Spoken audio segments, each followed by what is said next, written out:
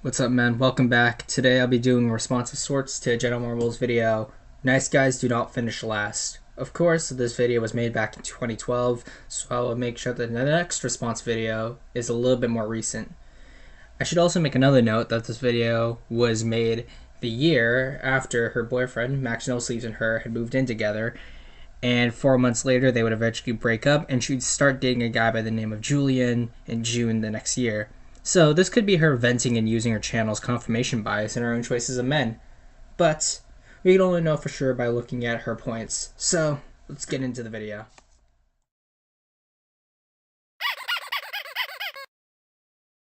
At least her intro knows how to attract a viewer. Hey girl. Oh, just kidding, you're a boy. So today's video is not going to be that funny, and it's an extension of something I said in the Things Boys Don't Understand #2, and this is just my opinion. You're more than welcome to disagree with me. I encourage it. Let me just describe to you what this means for those of you that don't know. This is a saying that guys like to use when a girl doesn't like them, or when a girl is broken up with them and then starts dating someone else. The guy will be like, oh, nice guys finish last. I'm such a good guy and no one wants to fucking date me. Boo fucking who. And I also think this goes hand in hand with the idea that those same people seem to have about girls dating douchebags and girls love jerks, okay? This is the same guy that thinks that this is how the world works. Now as a MGTOW, you look at this at the definition she presents, and the note that the concept of a nice guy can extend to other fields like the job market, which in this case, looking at the job market makes it much easier to understand from a man's perspective as it is the perspective of logic. And as men, we understand that being nice/agreeable doesn't get you anywhere. And a girl or a simp might retort that relationships aren't like work. But in actuality, as a guy, you are expected to make the first move, and you will also have to present yourself and your quote-unquote portfolio or resume of traits and properties when you be ready to be a partner. And when it comes to women, buying them stuff and being nice and respectful, and generally just being a quote-unquote good person or good guy, does not qualify you for a relationship. And with women, unlike men, they're allowed to have standards, so if you aren't taller than her and with the face she wants, you're out of luck. I mean, if you're looking like the Predator but you're half its height at 5 feet and she's 5'4", you're not going to measure up to whatever it is she wants from a guy. And you could be the nicest gentleman, you could be the embodiment of chivalry and symptom. You could be the greatest white knight on the planet, but if you got that predator looking face, you're not getting that girl. And on the other hand, let's look at douchebags, as she calls them. And with douchebags they lose a bit of sort of confidence. And the fact is that with women like a man who is confident. And most guys who are quote-unquote douchebags exude a lot of confidence. However, they also appear to have some kind of intrinsic value because they don't pay as much attention to the woman. Therefore, it signals to her that, hey, he's got a lot of things that are important, or he must have some kind of value that I want to have as well because he seems to have it as well. And because of that, that's why women gravitate towards the guy who is considered a quote-unquote douchebag, because he exudes a type of intrinsic value. As opposed to a nice guy will try to make his woman happy, will try to be respectful and be nice. But the fact is that he is putting all his value on her and she knows it, and it makes it easy for her. And someone might also ask that, what, do women just not want to be treated nicely? Not exactly. The fact is that there's a balance, however the balance depends on every person, so you have to live and learn, and that is also pointless in itself to do because every person, to some extent, is unique, and because of that, you're just going to be going all over the place trying to make sure you understand where the line is drawn, which is one of the biggest problems with women as well as with other parts such as, well, the media, government, all that kind of stuff. There's always that line that you don't know where it's at, and trying to find it on an individual level, especially with people, is extremely hard. And as such, it's just not worth it. First reason why nice guys don't finish last is because you're already finishing first in something. And that's being a fucking idiot. And I really could just end the video there because, I mean, boom, that's a sound argument. Finishing first in something. That's being a fucking idiot. That's a sound argument. A shameful display It's about like some really hot girl. And the problem here, my friend, is that you're fucking swinging for the fences. You're in the batter's box trying to crush bombs into the stands, but you can't hit a fastball. You're swinging for the fences. Here she talks about how people are looking for their equal, but that does not include two facts. The first being that makeup inflates a woman's beauty or sexual marketplace value, or SMV if you want to call it that. And makeup is a big factor because a lot of people always talk about how makeup makes people look incredibly different or so much more beautiful than they are normally. And a woman who thinks that her sexual marketplace value is higher is going to want to go for a higher value man. And this ties into the second part, which is the 20-80 dynamic, which is the idea that 80% of women are looking for 20% of men. And with makeup, that could skew that 20-80 dynamic even further. And the reality is just apparent that 80% of women find only 20% of men attractive. And that is purely on a visual level. People who say, oh, it's what's inside that counts, it's your personality. Let's all be honest here. People who say that, in most cases, are just trying to sound outwardly altruistic, but in their own mind, they really want a handsome, muscular guy. And guys who say the exact same thing is like, oh, it's your personality. No, you would love an extremely attractive woman, and it's just, no, stop. Fake altruism is the worst kind of altruism, in my opinion. And with makeup and the 20-80 dynamic, if a woman who's, let's say, 30, 40, on that dynamic, and she has makeup, and that, let's say, as well as other things besides for makeup, push-up bras, all that kind of stuff, pads, that could push her SMV from what appears to be like a 3-4 to maybe a 5-6. And if people praise her for looking like a 5-6 with makeup, she's gonna want a higher quality man. And the more she pushes her SMV up, the more she's gonna keep pushing towards that 20% of men, and that's gonna leave the other 80% of guys clamoring for that low percentile that would probably continue to shrink if they start noticing that, hey, makeup does this for me, and if makeup gets me more attention from those guys I like, let's do it.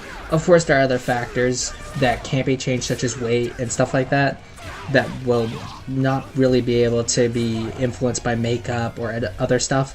But for people who are average looking and people who can improve their looks and their SMV through makeup plays a big role in that.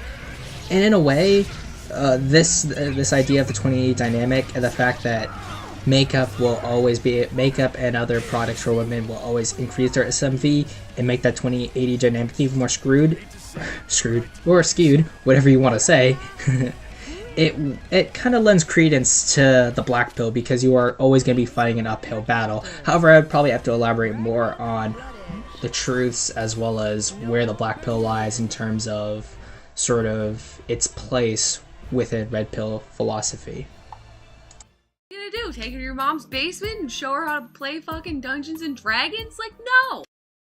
I broke up with you because you haven't had a job the entire fucking year that we dated and you're collecting unemployment. It's like having a baby man-child boyfriend and I can't afford you. I found out you had a gambling problem. I found out you're addicted to heroin. It's hard to hang out with you because you're always at your mom's house because you live there. You got my best friend pregnant. You tried to have sex with my dog that one time. You're not even really that fucking nice. I can promise you that there is a laundry list of reasons why that girl either broke up with you or chose not to date you or doesn't like you. Being nice is like in another book. It's not even on the list. It's not there because we're sexually objectified. So when We're sexually objectified. So you meet a guy that you like and then, you know, you meet his really good-looking girlfriend, you're just like, oh, fuck. God damn it. Shit. Piss. Fuck. You don't Shameful display! moping around about how nice we are and how good we can cook sandwiches and shit. No. By saying the nice guys finish last, it's a fucking cop-out way to not take responsibility for any of the reasons why a girl might not like you. You can finish first. All day, every day, all the time, for the rest of your life. If you Wrong. You just find someone that likes the same stuff as you do, that you have shit in common with, that you can fucking hang out with. Don't use this nice guy thing as a crutch for you to stand on, alright? Be a man. You gotta stop forcing relationships. If someone doesn't want to be with you, then they don't want to be with you. I'm gonna stop trying to have sex with people's dogs and getting people pregnant, and, you know, maybe I'll get a job and find my own apartment, and then I'll find a girl that likes me. Once you do that, that milkshake will bring all of the...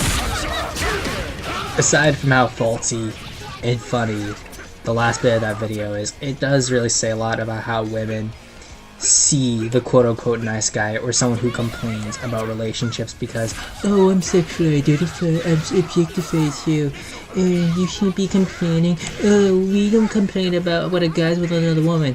Yeah, you probably do on Twitter, or in a diary, or some other place where you can read about how the Chad, or the guy who's got the looks that you want, the financial standing you want, is with someone who isn't you, and you would have loved to have been with him. You people do that, let's all be honest here. And another thing that's quite interesting is the fact that it's the inflation of the geeky kind of guy who likes nerdy stuff, geek culture, all that stuff, and a loser man-child are pretty much the quintessential nice guy.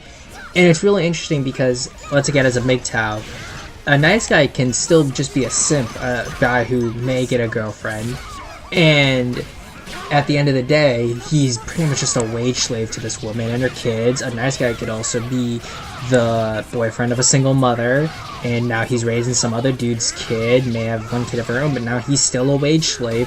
The fact is that a nice guy does not always essentially mean a guy who does not have a girlfriend, because a nice guy can still finish last, still get a girlfriend, but his life still sucks dick.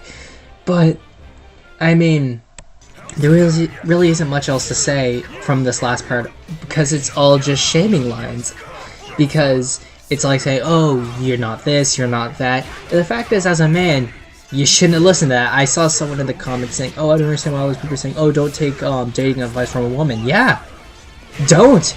Because at the end of the day, if a woman's looking for something in a guy, they want money, they want power, they want a certain look from a guy, so they're gonna tell him, oh, get all these things and you'll finally get a girl. And all of this is to appease her, because women in this day and age want to be treated like goddesses. They want to be treated like the most amazing thing on God's green earth that they could possibly be. When in reality, we should not be doing this, because all you're doing is inflating the egos of these people, and it's just not worth it.